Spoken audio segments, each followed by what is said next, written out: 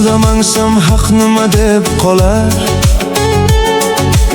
uyda yotsam haq nima deb qolar. Ba'zilarga yarayalmadim, hey, men yashamasam qandaq bo'lar. Ba'zilarcha men adam emas, qandaq yashasam odamdek bo'lar.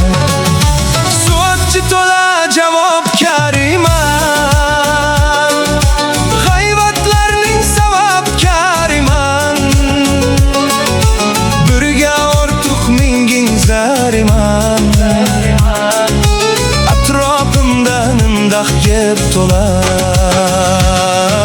Shu ritimning g'aybati tayyor,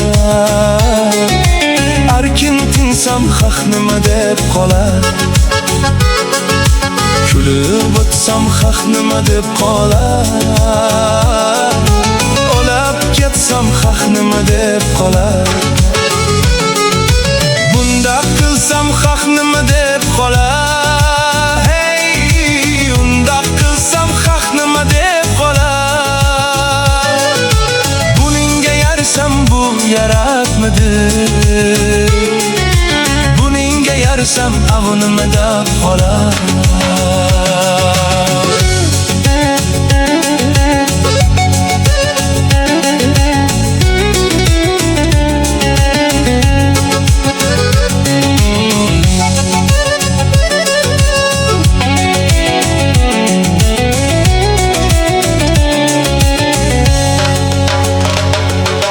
Mashinamda har kun yursam,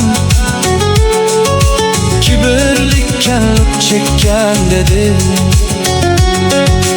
Velosipedda piyoda yursam, u qalandar kim o'zi dedi.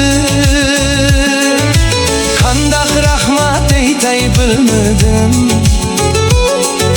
shu do'stlarim ko'p g'amim yedi.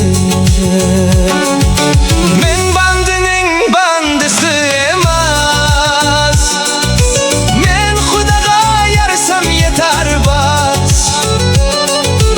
Oyim boshqa, gorim bir emas.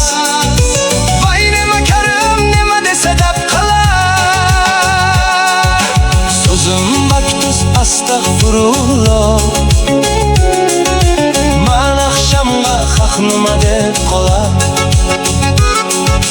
So'zim baktuz astag'firulloh, man axshamga haq nima deb qolar. Men naqsha aytsam haq nima deb qolar.